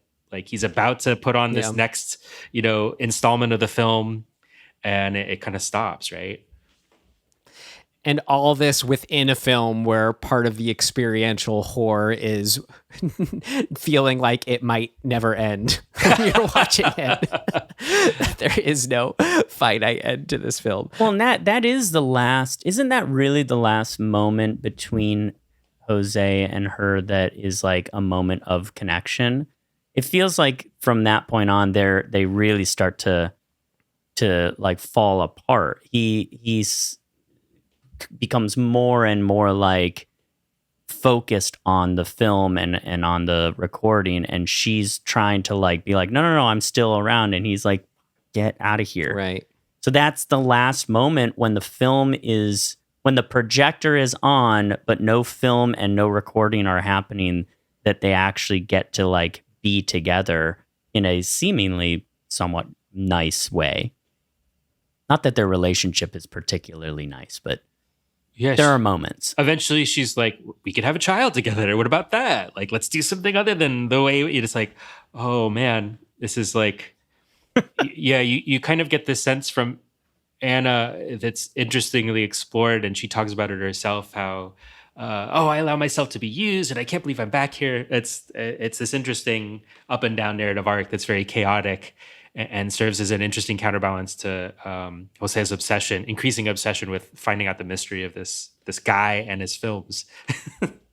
Right. And the red on the film, which I just like love that's the mystery. It's so specifically like feels like it's something that should be easy just to write off as like just a weird random error or something put off to chance, yet it is happening reoccurringly and also growing. So there's something to it. It's great, that great level of disconcertingness with that. Last thing I had was just I love that it's a, like, what do you say, like Z grade horror movie director, like, or you could say more like mainstream horror movie director, starring in, for lack of a better word, an art house horror film. It's just something about that I really love. All right. Absolutely. I feel like no one's saying anything else, so we can move on to our next section here, or speak now, forever hold your peace. I want to get in that because Tim, you talked about queerness, and I was just thinking about like it's never explicit, but like how Pedro, this like young 27-year-old, like kind of reclusive weirdo that when he gets on drugs becomes this like suave, sexy guy, and kind of subconsciously represents, we don't really know how Jose feels about it, but he is definitely like enraptured in some way by his mystery, whether that's like sexual or filmic or emotional or what. He keeps being compelled back to that. And it's interesting to think about that, like the heterosexual relationship that's obviously chaotic, the potentially like homosexual relationship that's also chaotic, but in a different way. It represents novelty and like going for that novelty or ecstasy that he's not experiencing in his waking life. But it was interesting how you talked about the breaking down of identity, categories of identity. I was thinking back again to Hellraiser, like the breaking down of pleasure and pain. And I was thinking about S&M relationships in their relation to like pleasure and pain, and also like dominant submission and like kind of surrender, or kind of pain becoming pleasurable, and surrender, which is talked about in the movie. I think ultimately Pedro decides he wants to surrender to the camera that is slowly draining away his life, metaphor, right? And it's kind of a choice he makes to see where it's going, and kind of a choice he makes because he can't see any other alternative. Like his inner valuation of pleasure and pain has been so disoriented, not talking about just S&M or anything like that, but like more so in the sense of like real addiction of whatever it is, an obsession, that he can't help but surrender. And ultimately Jose makes the same decision. Like he wants to see what the hell the end of the mystery is, and he surrenders to it. Right. Well, is there a quicker way into rapture than in our physical waking life than pleasure and pain, you know? Ooh. Did you guys just read the, or not? Yeah, I don't know. Did it feel this way to you, where the film, it feels like it presents like bisexuality as the default sexuality? Yeah, it's sort of a fluidity, and it's never made explicitly, it's never explicitly problematized or made the subject of like expository dialogue, right? This is never the crux of the explicit crux of the drama of the movie, which is right, interesting exactly. and refreshing. Like, okay, cool. I just felt that way watching it. All right, well, then I think we can move on to see if there is anything that did not work for us. In our next section, we have for just that, what did not work. It's not ready yet. Seems to work okay.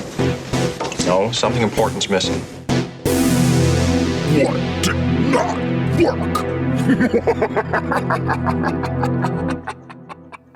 Tim, I see a smirk on your face. What didn't work for you for this picture? It has nothing to do with the movie, actually.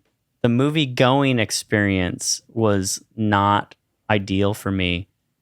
And we saw it at the Alamo Drafthouse in downtown LA, which I'd never been to. And I didn't know that it was that there were like servers, and, you know, that you could have food and orders and all of this.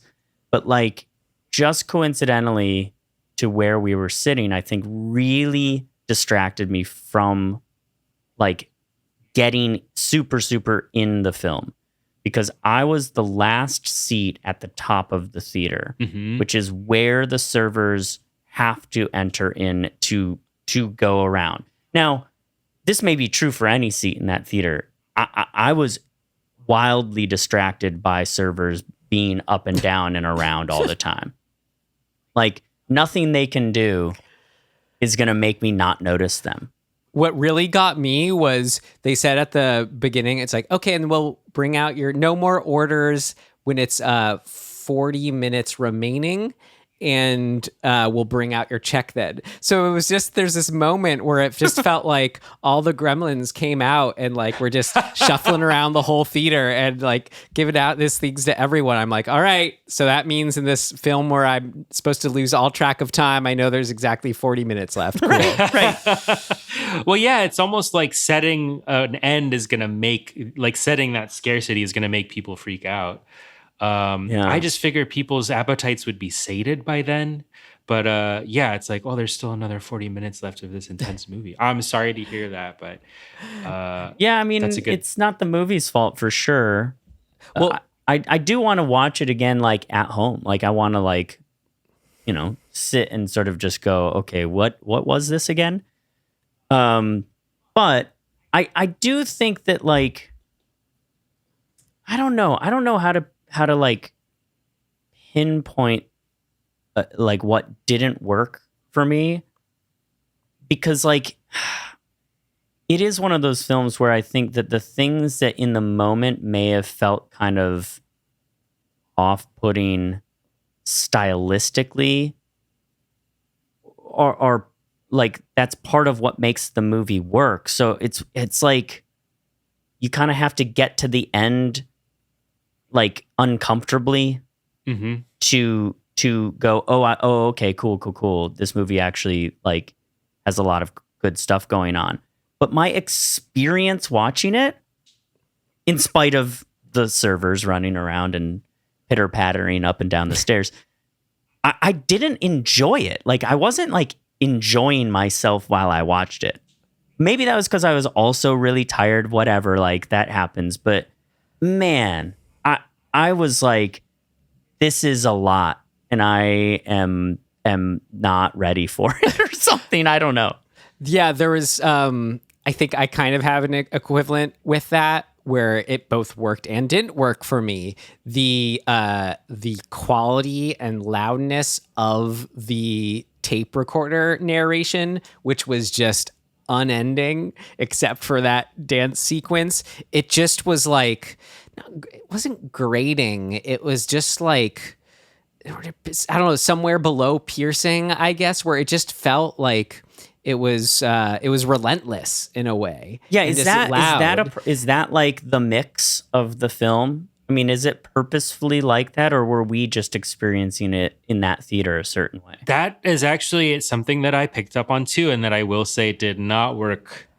I think because I had seen the kind of the pre-restored when I saw it back in 2019, it was like a kind of pre-restored version, and then I want to say I maybe saw it as a 35. Did they screen it on 35 at Alamo? So DCP. No. I think because the second time I saw it, I want to say it was at the New Art, and I remember the audio seeming kind of hot, like. It was piercing, and I was like, I mean, I'm sitting close, but not that close. And I wonder how much of that, I don't remember it. I remember it being softer when I first saw it. So that's an interesting observation that it is overwhelming.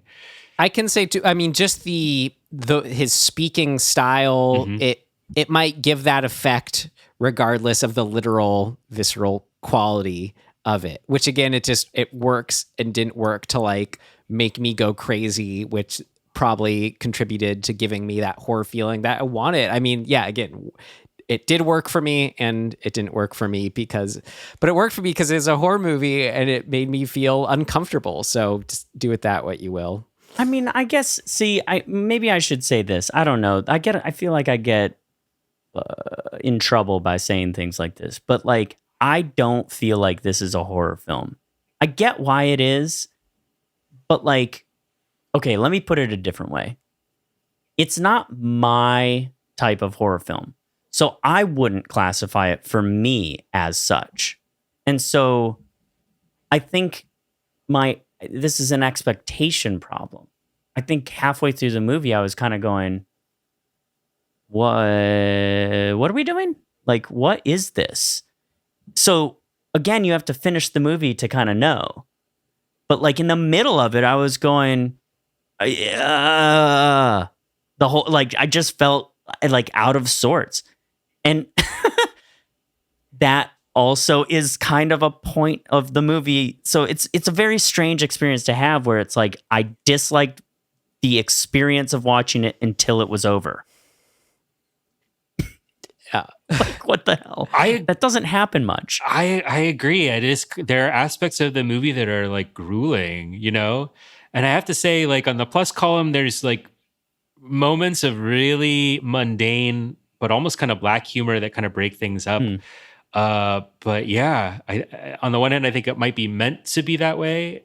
But on the other hand, when I was confronted with a runtime of like, oh, I got to rewatch this before the podcast, I was like, almost 2 hours. Let me see where I can shave a few. So maybe for me, it might be an endurance and kind of runtime thing. But I know what you're talking about. And that like defeats the purpose of the movie, which is almost supposed to be a long slog, you know? Right. I would be very curious to see this movie like after smoking a joint. Because I do think that there's almost inherent to what it is a calling to be in some sort of altered state while you watch it. Not that it's necessary, but like it certainly feels like it's a movie that is imbued with that kind of thing. So why not jump on board? Well, to echo Salvador Dali's famous dictum when he's asked if he does drugs, you know, do you drop acid or whatever? He's like, I don't do drugs, I am drugs. My feeling is like you don't have to do drugs to watch the movie. The movie is the drugs, you know? But I think that may be a way in. And I think we can agree to disagree because I think I think this is exactly on the money. I think I'm a guy who doesn't necessarily like horror movies, and for whatever reason, this is my entree into what I'm willing to classify as like within the genre of horror. But there's certain ways that makes it an outlier that I think make that more possible for me. Maybe it's the black humor too. There's like really dark, like almost non-jokes in it that you could kind of throw away, like the weird religious aunt who's not really that religious. Some kind of moments of just brief comic relief that string it together. Well, when I asked you in our last section, Brendan, I was trying to get at, assuming it worked for you in the horror movie sense, what scared you about it, you kind of said, well, that would, you'll have to save that for the next section, which we're in now. So did the movie not actually scare you? And that's what did not work, or... Oh, yeah, that might be part of it. What was it that didn't work? No, I think it was the camera at the end, because we're talking about like the culminating, because that's where I was confronted with that terror of like, well, what does it all really mean?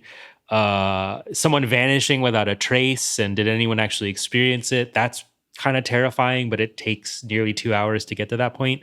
So I would say it's both a plus in the film's favor and what doesn't work is like, the way that the audience is told that the cinema really is a subjective entity, which is that kind of like the shot of the camera slowly turning, the diegetic in-world camera, the 8mm camera. I should be specific that Pedro is convinced is going to eat him up or something's happening. That turns towards the camera that we are witnessing this world through. And that's the giveaway. That's how you know it's like, it really is a monster camera. And I would say, aside from the punishing subjective experience of watching the film and the runtime, I would say that reveal might be the thing that least works for me. I'm cool and kind of into the ambiguity of whether or not it was just an elaborate hoax and maybe he went out to get a soda, or if he actually did self-annihilate through this, evil camera. That's interesting. Yeah, because for me, that's exactly what seals the deal in making it horrific is like you don't have this safety net of being able to go, oh, it's just a joke. It's just a prank. I have to say, one other extra-textual film reference that I was thinking about today with respect to whether or not the camera, because it occurred to me, it's like, well, maybe Pedro talks about his cinema games, and it is kind of this like spider's web of like he's kind of sitting waiting to draw people into his weird filmic world and to play games with them, and he's able to enrapture people using these hypnotic, or is he, is that an objective reality that we're experiencing, or were they on drugs and that's just what happened, or that's what they thought happened? But the extra textual, I was thinking about Harold and Maude. You know how Harold stages these deaths, and as the film goes on, you're not really sure. At the beginning, it's like he fakes his own death. Spoiler. And you think he really killed himself, but then it turns out, Vivian Pickles was like, Harold, not again, whatever. He keeps killing himself. And I think when I was a teenager and I first saw that movie, I was like, oh, he's like an invincible boy. But I mean, explicit within the movie is like, he stages suicides for attention. Like they're fake suicides. They're just incredibly realistic. And I kind of was thinking about that with this movie. I was like, well, maybe there's an outside chance that Pedro's actually faking this thing happening, and it's one elaborate special effect that's aided and abetted by all the sex and drugs and distended experience of reality and time that our main characters are experiencing. Like, is it just a hallucination? Is it paranoia gone wrong? Or did they really get swallowed up by the camera? And maybe that's making it explicit in that way is something that doesn't work for me. Well, it doesn't work for you. I mean, what had it been that way where it doesn't show the camera moving and it leaves the possibility open for a joke? Would it actually have made that more scary for you? Or like, what would the end outcome be that would have made you enjoy it more? Part of me says it's too corny and it doesn't work. And part of me says it's just corny enough and it absolutely works. You know what I mean? Like the winking, like turning camera at the end that shows you that it's really happening, or at least we could believe that it's really happening. If it were more impressionistic and that would be one way of ending it. It's like you have, still frames of the camera or like some kind of photo montage where it's like, but maybe that wouldn't have been explicit enough. God, I mean, see, for me, it's like, looking at it from a horror movie experience, and the whole thing is leading up to, I already said, work for me in the horror movie sense, but to put an example on it, I thought of I remember Fire in the Sky. It was like the scariest movie for so many of us when we were as a kid, or maybe still now too, but where you have this whole horrific alien abduction scene, but then what was so scary was after that, there's like the alien fingerprints that you see that are left over after he gets dropped off again as a way to say, oh, this wasn't just imagined. And that's like when it goes, oh, and gives me the actual shivers, which the camera moving in this did. Zuzu's pedals. You have that little nod to the fact, yeah, it really did happen. It was a dream, or was it? And there's sand. Like I was in the desert. Oh my God. I think I'm willing to just take it at face value in the same way that like a more modern movie like Rubber, you just get on board with the absurdity of it or the meta-ness of it or whatever you want to call that style. It's like a tire is a living entity and starts serial killing spree. And it's like this movie had to exist for Rubber to come about. You know what I mean? Like, so on that level, I'm like, hell yeah. Make the camera an actual just living thing because if it is a living thing, all of the metaphor can still exist. If it's not, then it's just metaphor. And so the horror of it kind of, to me, goes away. Mm-hmm. Maybe not entirely, but yeah, I don't know. Well, anything else that explicitly did not work for either of you? I would just say, I think that this is just taste, like in the structure of European films versus Western American films. And I think that this is true, having only watched it once, that this has a really short first act with a super long second act, or a really long first act with a really short second act. I don't know which it is, but it's one or the other. Was there a clear midpoint for you in this film? Exactly. No, Betty Boop, and I I think think that was. Actually, that could be, yeah. But I feel like that is just a product of European style filmmaking that is different than this sort of commercialized, 4-act, 3-act, 4-act structure that we're so accustomed to, that on page 25, 26, like, the break into 2 has to happen and blah, blah, blah. Where that does not feel like that any of that is going on in this. And maybe none of the typical structure even of the European films of the era is happening either. I'd have to really like dive into that. But because it's really just a first viewing problem, right? Like going in with the sort of the conditioning that we have by watching Western films so much, when it's something else, it can be a little arresting, or like you can feel like you're lost a little bit. But that, again, like maybe just watching it a second time, all of that goes away. So I don't know. It didn't work in the moment, again, I guess is my point. Yeah. And I was saying at the beginning where it's not so much it didn't work, but maybe it could have been higher than a Rent It, or maybe it will be eventually, as I say a lot. Like, what's the one that we watched by Jodorowsky? We watched Santa Sangre. Like that give me similar experience watching that, but I became kind of obsessed with just the feeling of it and thinking about it, that now it's totally a buy, but I think I gave it a rent then. Oh, wow. Yeah, I think that was, I nodded off when I love Jodorowsky, but his films, lest I incur the wrath of anyone. I think he became a little controversial by things of his own doing and admission.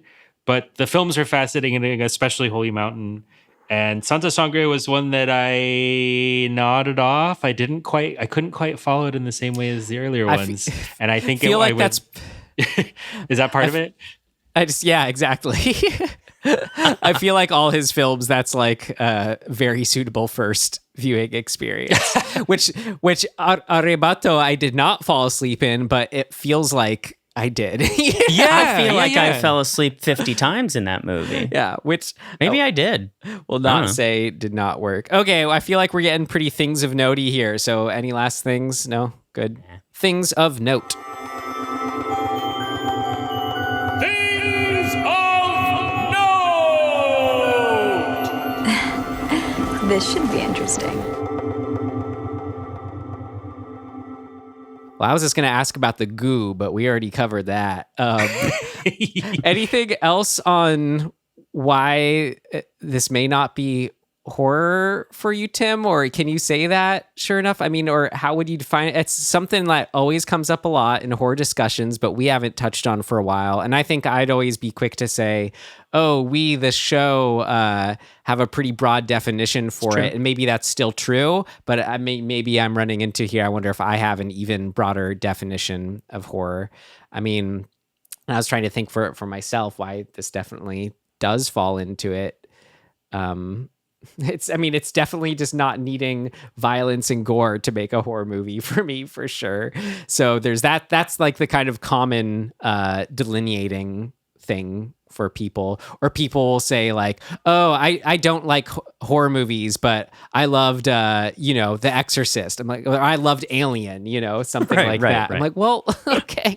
Or, Jaws, anything like that. I'm like, that's a killer shark movie, man. I didn't feel scared in any way, so that could be a metric. I don't know if that's really what it is. I don't know.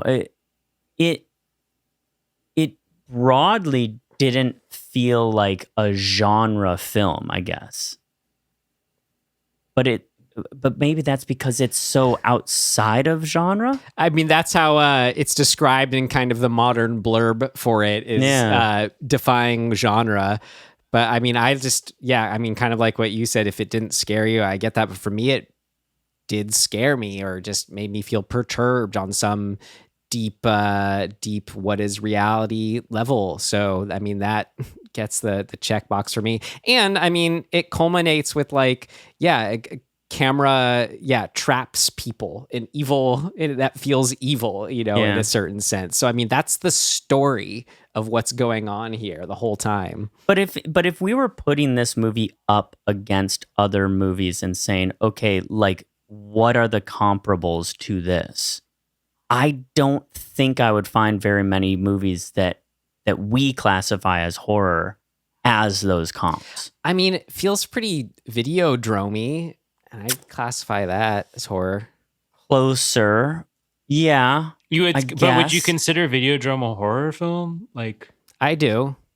I feel like that's right on the cusp for me. This feels like God, I don't know. Nothing specific is jumping out to me, but it feels like some sort of avant-garde indie thing that early mid 80s-y, and I don't know what to grab as a reference to say that's what it is, but American Gigolo.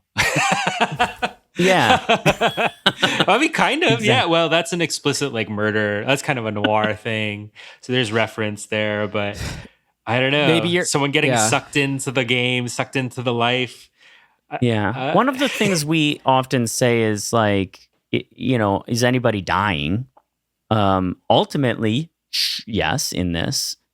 But it's not like we're shown a gun in the first act and then like we know that we're going to get that paid off, or we're shown a bomb. It's not suspenseful in that way. It's not set up. It's not using those devices. It does though, at least for me, where it starts off with like this guy is sending this information out, this tape reel, and we know through the narration, the way he's acting, there's something intense about it. It feels like that moment, like that's the opening of The Omen 2, where it's like he's rushing to get out the message before the cave closes, Okay, but I would argue that, it feels more akin to a noir, like, detective story in its sort of structural aspects than a horror film.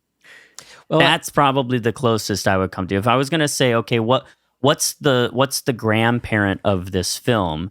It would be, something with Humphrey Bogart, like a Maltese Falcon or something in that realm that like you're getting this message from the beyond, so to speak, saying like, and not in a supernatural way, but like you're tracking down the meaning of this thing. You're unraveling the mystery as you go, and you're coming to this, this ending that often in those movies, the ending is sort of the least interesting part of the story.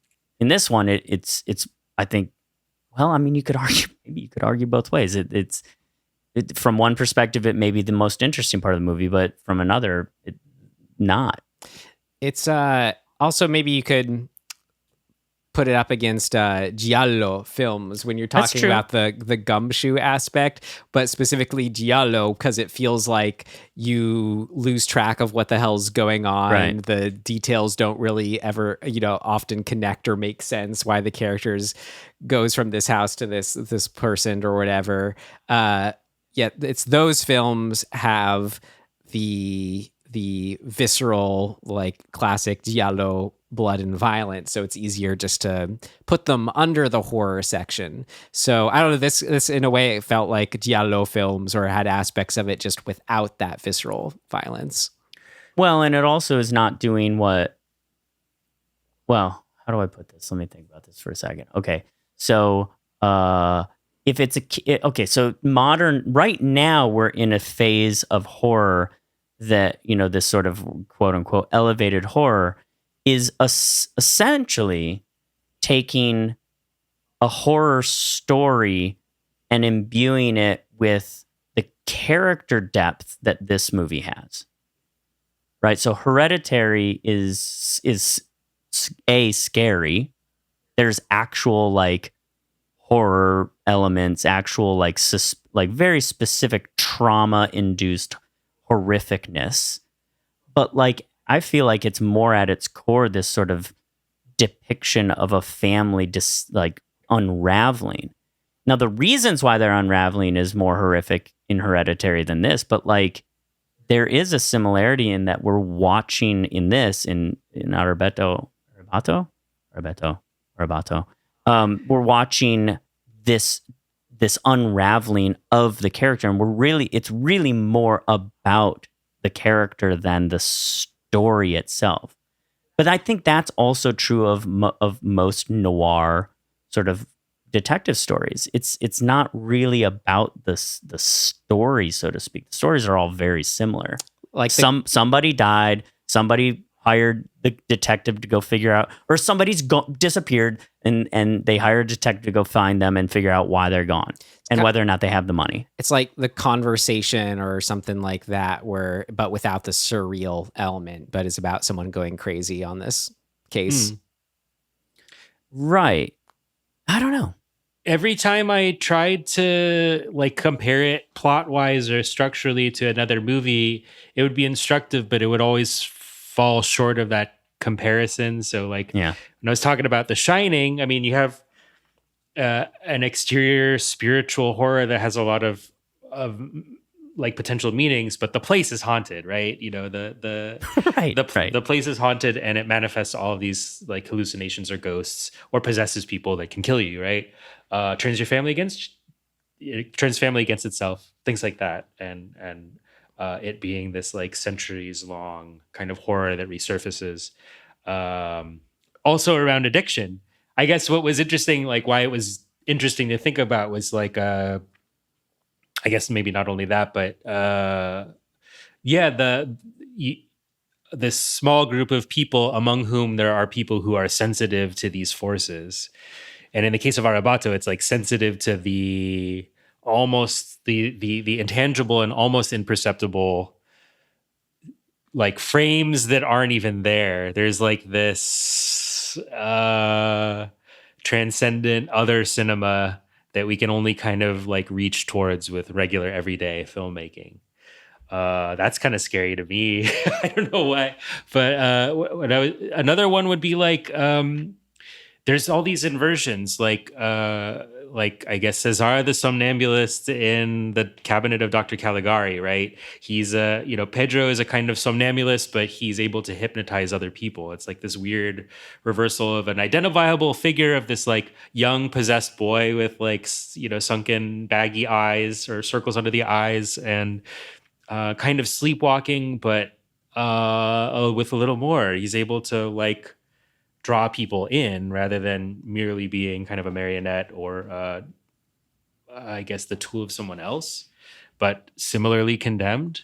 The noir comparison is really interesting, but it's not quite a noir because it's the victim who's, I think Ryan, you had also mentioned too, it's like you kind of ordinarily would have like the detective's narrative of like in like a Billy Wilder kind of mystery where you have your protagonist's inner monologue as they get closer and closer to, the reality of the situation, or they end up dead or whatever, like in Sunset Boulevard or something. Here instead, it's like the first victim that's also drawing in this other person who he has a connection with into the same fate. I actually, was thinking about Sunset Boulevard earlier in that, like, you could put the Betty Boop scene up with the Charlie Chaplin scene. Oh, yeah, absolutely. And I think that so maybe what's happening partially in this is that there's a language of cinema in this film that is cohesively like something we can latch onto, but the film itself is not categorical. Yeah, and to tie it back to, I guess, when I say, I can call it horror, that doesn't mean like it is clearly Right, that for right. me. But it's like my subjective experience watching it. It's not like my favorite movie, Pee-wee's Big Adventure, as like the scene that traumatized a lot of people in childhood, Large Marge scene. So you say that's scary, doesn't make it the horror movie. So I take a step Right. further where this one, where it escalates like a horror movie for me and had me seriously like scared and disturbed in that increasing way that culminates in a most scary ending point. So that's where it's like makes it feel horror for me. Yeah, I mean, that's so true. The subjectivity of it all is like, I've said this a number of times, like one of the scariest movies I've ever seen is The Big Short. And that is obviously not a horror film, but like it's horrific on so many levels. Like, so whatever. Did you two bring any other things of note to the table here? I can return to my pet theory intertextually as to why I think this movie is so important. You know, I'm a typical, American film goer who came into the films of Pedro Almodovar as like my entree to Spanish cinema. And we were assigned his movies in high school, which might not be typical, but like that's kind of where I started with the Women on the Verge of a Nervous Breakdown. And I haven't waded that deeply into all Spanish cinema. Like I lived there after college for a bit and taught English and have an appreciation for the peculiarities of the culture and the history and what I've seen of the cinema, of which I think this is like an absolute standout. But I mean, most people you ask around the world who like know about movies and watch a lot of movies, I mean, the first thing, because he's so well known, is Almodovar. Like, yeah, Spanish cinema is Almodovar. And some Spanish people bristle at that idea. But what was fascinating to me was seeing his 2019 movie, Pain and Glory, after having seen Arrebato. And Arrebato, for me, is the key to understanding that movie, which is a drama about a filmmaker who is looking back on his life and both his childhood and his kind of coming of age, living in rural Spain in the desert. And then later, well, I guess in the present day, he's got like this terrible illness and back pain. And I think he might be losing one of his senses, but he reconnects with a friend of his, I think a playwright, who on and off has been addicted to heroin and is a recluse in another part of Spain. So he goes and visits this friend, and I can't help but think of Pain and Glory as being Almodovar's attempt to re-examine and resuscitate his friendship with Ivan Zulueta, who himself like struggled both with heroin addiction and with that. I mean, trying to remain active or relevant in filmmaking. And it was something that he ultimately didn't have much success with after this. I mean, this was like a cult hit. And on Wikipedia, he's described as being deemed a problematic auteur. And this film that came out in 1979 was kind of like a cult classic, but kind of got buried along the way. But Pain and Glory there's a couple of reasons why I think it's so important. Not only is Pedro Almodovar deals so much with autofiction and writing about himself loosely, or his experiences and his love of cinema, but I think it seems so autobiographical or so autofictive to have this good friend of his that went separate ways, partly because of heroin addiction. And ultimately, the filmmaker at the center of Pain and Glory decides to do heroin to see like what the hubbub is about. It's like he's going through all this pain. Like, I want to see what this is about. And ultimately it kind of kicks off his or strengthens his relationship with this friend that he became estranged with so long ago. But in addition to this exploration of like a strange friendship and the strain of drug addiction on a friendship, is the fictionalized central filmmaker's relationship to collectible cigar cards from the classic Hollywood era. And I can't help but think that it has to be in reference to Arrebato. I mean, maybe it was a common enough experience growing up in Spain in the 50s and 60s that it's like, yeah, especially for someone who loves cinema and loves like melodrama and old Hollywood and beautiful stars and starlets of the classic Hollywood era, and how those were like safe and sanitized enough for Franco Spain that you could watch these reruns on television and films in syndication from classical Hollywood that were dubbed. But the fact that it focuses so clearly on the same thing that enraptures Jose in Arrebato as like this thing from his past and this thing from his childhood that's able to fixate his attention. Maybe I'm hyperfixating, but I found that such a delicious and like inescapable link between these two movies. So if you happen to be listening to this podcast or you want further viewing after watching Arrebato, see that first and then see Pain and Glory. And if you're an Almodovar fan and you've already seen it, see Arrebato, because it'll totally enrich your understanding of that kind of mature filmmaker in his winter years, starting to look back on his life and going back to a fictionalized or idealized version of his childhood. And where does he focus? On this booklet of collectible actor, cigar cards. I just had to express that as a thing of note. And the actor who plays Jose, Eusebio Poncela, he's in multiple of Almodovar's first films. He's in Law of Desire. He's in Matador. Cecilia Roth, as I said, is like in like a half dozen of Almodovar's films. So, and I want to say there might be like not a Law of Desire poster. There's an early Almodovar poster, I think, that shows up in the background of the films because they're using real locations. So I think there's so many, those two films are in such, and the two filmmakers are in such beautiful conversation, even if it seems like their relationship became strained, where one's career took off and he was super capable and made, a dozen internationally acclaimed movies and worked with some of the biggest actors in the world. And the other, unfortunately, kind of had to live in obscurity and wasn't able to maybe realize some of the projects he wanted to work on. I think that's of note. Sorry. No, that was great. And would that also be your recommendation by any chance? Oh, gosh. This ties it back. When I think about the relationship between Jose and Pedro, I was thinking about friends who draw you into cinephilia and the film world. And I have to blame you, Ryan. You're the one who gave me that stop motion device for my camera. No, I'm just kidding. But I remember back in high school, because we've known each other so long, I didn't even realize you could study film or major in it. And that was such a realization. So, this weekend I was back home in our hometown and I went to our old local Cinematheque and they were showing Apocalypse Now, the ultimate 4K restoration version. So, while not explicitly a horror movie, the horror, I have to recommend that if you have access to seeing that in a theater. It's such an incredible, visceral, horrifying movie, and yet a lot of fun in a perverse way. And I don't know if you'd ever trust my what I think is a horror movie or not, but what is absolutely terrifying and one of the scariest movies I've ever seen is Angst. Have you heard of this movie, Angst? We've done it on our show, you Brendan. Did? Yeah. I have to go back to the archives. Does that count as a horror movie or does that count as a horror movie? Yes.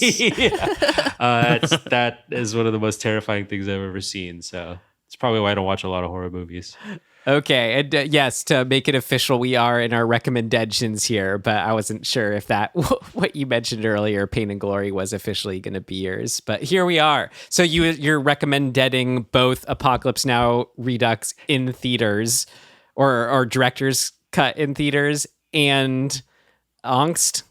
Yeah, I guess those would be my two official on-genre recommendations. Both you'll have a good time at either. Great. I'll just recommend Dead real quick. I've just finished reading early Stephen King work, Salem's Lot. It was great. I mean, classic King. He's doing his thing where by the end, you're just totally believing whatever is happening as if it's real life, and it's worth that build. So I recommended that, Salem's Lot. The novel. Yeah. Ryan, I'm going to go off from my typical recommendation, which would be the next Marvel thing that's happening. And I'm going to take just the slightest veer off course of that, but in the same vein. Instead of recommending She-Hulk because it's fine, but not my recommendation. The horror. Yeah, I'm gonna recommend another show that is based on a comic book by Neil Gaiman, called Sandman, which is on Netflix. And if you have any sort of interest in mythological Neil Gaiman insanity, what else can I say about fantasy? So mythological fantasy that is really steeped in an era of like goth, because I think it was made in like 89 or something like that. And it's such read the graphic novel if you haven't, because the art in it is absolutely insane and the story is amazing. But I'm super impressed with the Netflix show. It's really exciting and super visually amazing as well. So get into it. Great. All right. Well, thank you for joining us for Arrebato, everyone listening. And Brendan, great recommendation that led us to these RecommenDEADtions, but great I can't even say the word. Recommendation. Recommend. Thank you for recommending it for us, Brendan. It was great. I'm dead in loving it, baby. Thank you for having me. Yeah. Any final words you want to say? Shout out anything of yours, anything you like? Oh gosh, as a tail end thing, I just saw today that Pioneers of Queer Cinema, a project that I help work on in my capacity as a legacy project manager for the Outfest Legacy Project, that continues to make the rounds. I would just say check out UCLA Film and Television Archive on Instagram. I don't know if it's coming to a city near you, but it's starting to go international. So it had a successful run in New York, and I think it might be coming to Canada. So I can't say for sure, but if you want to see some of the films that UCLA and Outfest, but especially UCLA Film and Television Archive have preserved over the years, I have a few words in that. So that would make me real happy. No What's it called? horror, though. It's a series called Pioneers of Queer Cinema. So you can continue to check that out. Of course, check out Altered Innocence. Yeah, if you want queer horror, check out Knife Plus Heart. Have you gotten around to that? That's kind of a slasher. Ooh, might be an interesting one. But another film that Altered Innocence has taken on. Check out their website or their social media, Altered Innocence. And see what other stuff they have going. So those are my 2 plugs for now. All right. In closing, whether you love cinema or cinema loves you, thanks for listening. And we'll see you next time. Goodbye.